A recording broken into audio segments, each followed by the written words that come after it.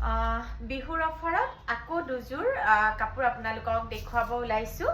এইযোৰ অৰেঞ্জত পদ্মিনী গেৰু বোৱা আছে। খুব ধুনীয়া পাব কাপোৰযোৰ, একদম সামাৰ ফ্ৰেণ্ডলি হয়। এইযোৰো আপোনালোকে বিহুৰ অফাৰ প্ৰাইজত ল'ব পাৰিব। গোটেই বডি ৱৰ্কটো এনেকুৱা ধৰণৰ থাকিব, আঁচল এনেকুৱা ধৰণৰ থাকিব আৰু এয়া গেৰু আছে। এয়া মই আপোনালোকক দেখুৱাই দিছো।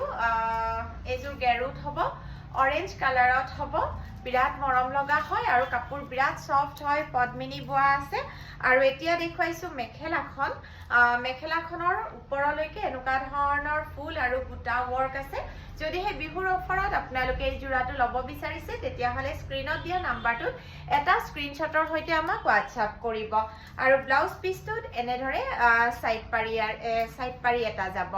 আৰু এতিয়া দেখুৱাইছো ৰেডত এটা চিম্পল মিচিং যোৰা দেখুৱাইছো।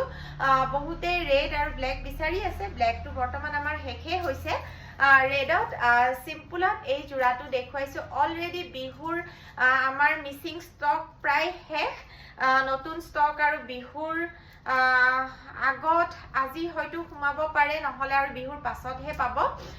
এয়া আঁচল এনেকুৱা ধৰণৰ হ'ব, ৰেডত আছে। ধেমাজি মাটিশালৰ হয়। এইযোৰো যদি আপোনালোকে বিহুৰ অফাৰ প্ৰাইজত আমাক অৰ্ডাৰ কৰিব বিচাৰিছে তেতিয়াহ'লে পলম একেবাৰে নকৰিব। কালিৰ পৰা DTDCও বন্ধ হৈ যাব বিহুলৈকে। গতিকে যিসকলে অৰ্ডাৰ কৰিম বুলি ভাবিছে কাইণ্ডলি সোনকালে অৰ্ডাৰ প্লেচ কৰিব। স্ক্ৰীনত দিয়া নাম্বাৰটোত এটা স্ক্ৰীনশ্বটৰ সৈতে হোৱাটছআপ কৰিব। এয়া মেখেলা এনেকুৱা ধৰণৰ ওপৰলৈ ফুল যাব আৰু ব্লাউজ পিছত এনেকুৱা ধৰণৰকে এটা চাইড